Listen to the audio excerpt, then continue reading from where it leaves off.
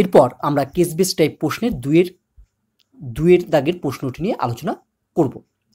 আগের সঙ্গে এই প্রশ্নটি সেম, শুধু উত্তরটি আলাদা চাওয়া হয়েছে। দেখো প্রশ্নটি হলো দুটি থলি 1 ও 2 আছে। 1 থলিতে 3টি সাদা ও 4টি কালো বল এবং 2 থলিতে 5টি সাদা ও 6টি কালো বল আছে। সুমন থলি দুটির একটি থেকে যথেচ্ছভাবে একটি বল তোলে। সুমনের তোলা বলটি সাদা হলে বলটি 1 থেকে তোলা হয়েছে বা 1 থেকে তুলেছে তার সম্ভাবনা হলো নিচের যে 4টে অপশন আছে তার মধ্যে কোনটি। অর্থাৎ আগের সঙ্গে অর্থাৎ 2-এর প্রশ্নের সঙ্গে এই প্রশ্নটি সেম, শুধু উত্তরটি এখানে চাওয়া হয়েছে সুমনের তোলা বলটি সাদা হলে বলটি 1 নং থলি থেকে তুলেছে তার সম্ভাবনা কত হবে। অ্যান্সার তাহলে আগের মতোই এক্ষেত্রেও আমরা ধরে নিই যে ধরি থলি 1 নির্বাচিত হওয়ার ঘটনা এ ও থলি 2 নির্বাচিত হওয়ার ঘটনা বি এবং একটি সাদা বল তোলার ঘটনা ডাব্লু। যেহেতু সুমন দুটো থলির মধ্যে একটি থলি চয়েস করে, তাই এক্ষেত্রে P of A equal to P of B equal to হচ্ছে হাফ হবে। তাহলে বলো তো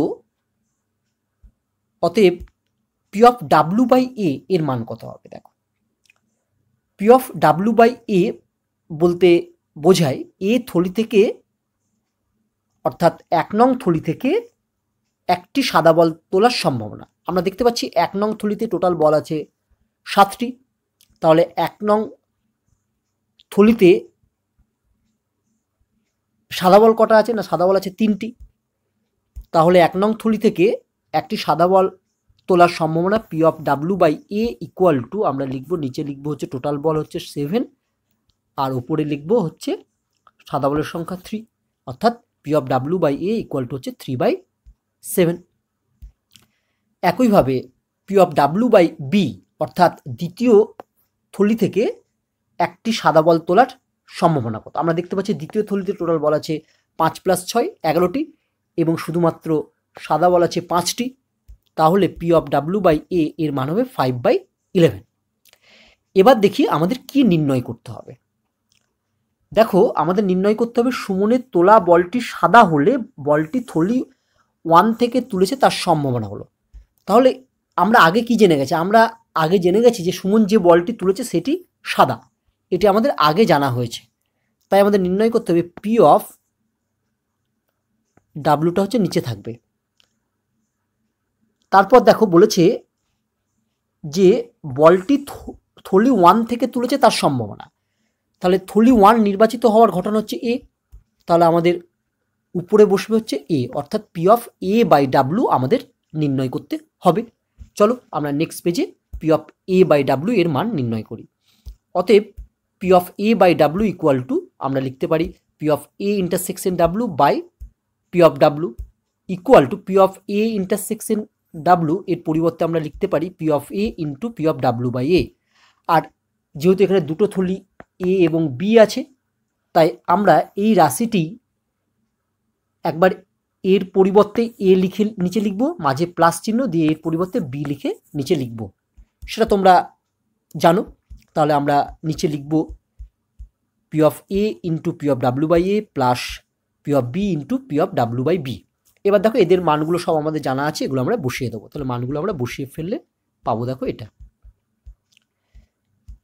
এরপর বলবো তোমরা নিজেদের মতো ক্যালকুলেশন করবে, আমি আমার মতো করছি। দেখো যেহেতু আমরা দেখছি লবেও হাফ আছে এবং হরের প্রত্যেকটি রাশিতেই হাফ করে গুণ আছে, তাহলে লব এবং হর থেকে আমি হাফ বাদ দিয়ে দিতে পারি। তাহলে আমরা পরের লাইনে লিখতে পারি equal to 3/7 by 3/7 plus 5/11। Next লাইনে লিখছি ইকুয়াল টু 3/7 ইন্টু, দেখো এই 3/7 প্লাস 5/11কে আমরা যোগ করব, যোগ করে যেটা পাবো তারপর আমরা লিখতে পারবো ইন্টু 77/68, অর্থাৎ এটা যোগ করে আমরা পাবো হচ্ছে 68/77। তাহলে এটা উল্টে গেলে হবে 77/68। এবার চলো আমরা যদি 7 দিয়ে 77কে কাটাকাটি করি তাহলে পাবো হচ্ছে 7 11 77 ইকুয়াল টু, এটা যদি আমরা গুণ করি তাহলে পাবো হচ্ছে 33/68। এটাই হচ্ছে আমাদের অ্যান্সার। তাহলে চলো দেখি সঠিক উত্তর কোনটি।